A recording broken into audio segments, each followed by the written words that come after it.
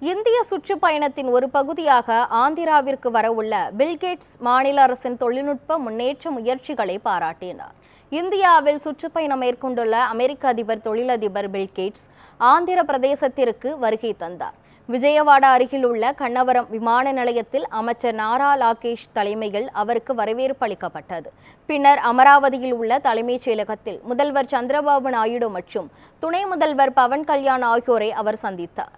2047ஆம் ஆண்டுக்குள் ஆந்திராவை அனைத்து துறைகளிலும் முன்னேற்ற மாநிலமாக மாற்றும் ஸ்வர்ண ஆந்திர திட்டம் குறித்து முதல்வர் விளக்கமளித்தார். கல்வி, சுகாதாரம், விவசாய துறைகளில் பில்கேட்ஸ் அறக்கட்டளையுடன் இணைந்து செயல்படும் திட்டங்கள் குறித்து ஆலோசனை நடைபெற்றது. தொடர்ந்து உண்டவளி கிராமத்தில் ட்ரோன் மற்றும் செயற்கை நுண்ணறிவு பயன்படுத்திய நவீன விவசாய முறைகளை பில்கேட்ஸ் பார்வையிட்டார்.